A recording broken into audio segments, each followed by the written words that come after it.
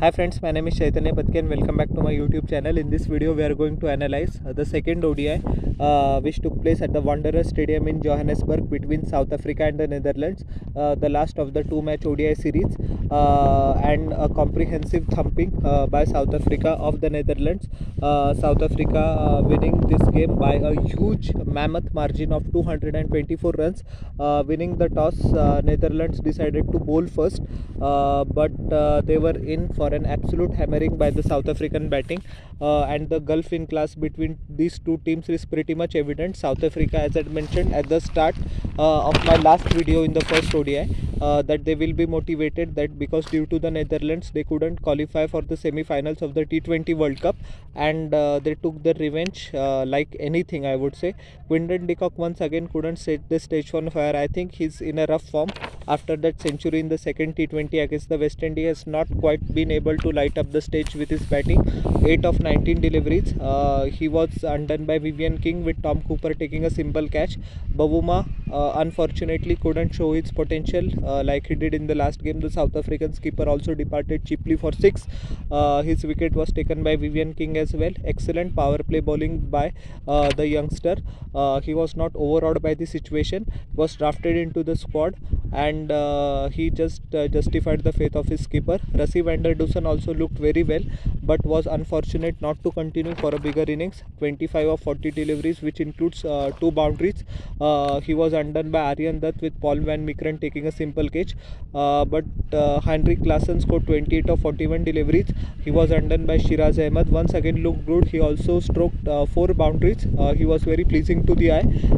Janssen scored 11 of 31 deliveries. He was not out in the end. Magala scored a 5 of 5, which included 1 boundary. Klaasen took his wicket. Heinrich Nortje towards the end also scored 5, just like Magala. He was undone by Paul van Meekeren, and Ngidi scored 1 runs. Why did I tell the names of the lower order batsmen first? Because the middle order show completely belonged to AIDEN MARKRAM, the South African vice captain, as well as David Miller. Both of them actually ripped the Dutch bowling into shreds, and once again AIDEN MARKRAM showed that why he's one of the most promising and talented young players in the world. And Sunrisers Hyderabad fan will be very happy. He scored a 50 in the last game as well, but this is, I think, the best innings he has played in terms of quality in international cricket. He wasn't able to find his footing for the last couple of years, but my god, since the last 2 months he has completely transformed his career. And yeah, one of the most magnificent innings I have ever seen played by a batsman in international cricket. Sorry for that, there is a lot of wind here. 175 of 216 175 of 216 deliveries, 116 deliveries with 17 boundaries and 1 6 at a strike rate of 138.89. You cannot get that. 116 balls for 175 runs. I beg your pardon, I first said 216 deliveries, 7 maximums and 17 fours. He just didn't let any of the Dutch bowlers settle. Excellent on the back foot. He picked up the length pretty quickly. As great as he is the puller, he is equally good hooker of the shot as well. Was excellent through point as well. He cut anything short and wide, and he was good off his pads as well. So an all-round display by him. And when he plays, when he is in full flow, it doesn't look like that he's just smashing the ball. No, he looks like he's caressing the ball. And ominous signs for all the IPL teams if AIDEN MARKRAM scores like this for Sunrisers Hyderabad. David Miller also, I think this innings can get a bit overshadowed by the excellence of AIDEN MARKRAM, but in his own right, David Miller also played magnificently well. 91 of 61 deliveries, played at a strike rate of 149.8. He was eventually caught and bowled by Paul van Meekeren, but 4 huge sixes, 2 of them over 100 meters, and 6 boundaries. He was an able foil to David Miller, and in his own right, he played a great innings as well. Once he was picked by Gujarat Titans last year, the purple patch of David Miller's career has begun, I think, and long may that continue for South African fans, as well as Gujarat Titans will be hoping for that. So 370 for 8 in 50 overs. 15 extras were given by the Dutch bowlers. Klaasen, respectable figures, 10 overs, 1 middle, 43 runs, 2 wickets. Vivian Kingma in 10 overs gave away 80 runs and took 2 wickets. Shiraz Ahmed Kingma, actually his figures were spoilt at the latter stages and in the middle overs, bowled well in the power play, but that was the extent of the carnage displayed to the hilt by David Miller and Aiden Markram. Ahmed in 8 overs gave away 62 runs, very expensive, almost at 8 per over. Paul Van Meekeren 10 overs, 79 runs, 2 wickets. Everybody's economic rate took a hammering. Aryan Dutt in 9 overs, 74 runs, 1 wicket. And Vikramjit Singh, the all-rounder, the opening batsman, bowled 3 overs. He was also slaughtered, I would say, for 29 runs in 3 overs. Vikramjit Singh opened the batting for the Dutch as well, set an improbable target of 371. I think, with all due respect to the Netherlands, the match was done and dusted after the first innings.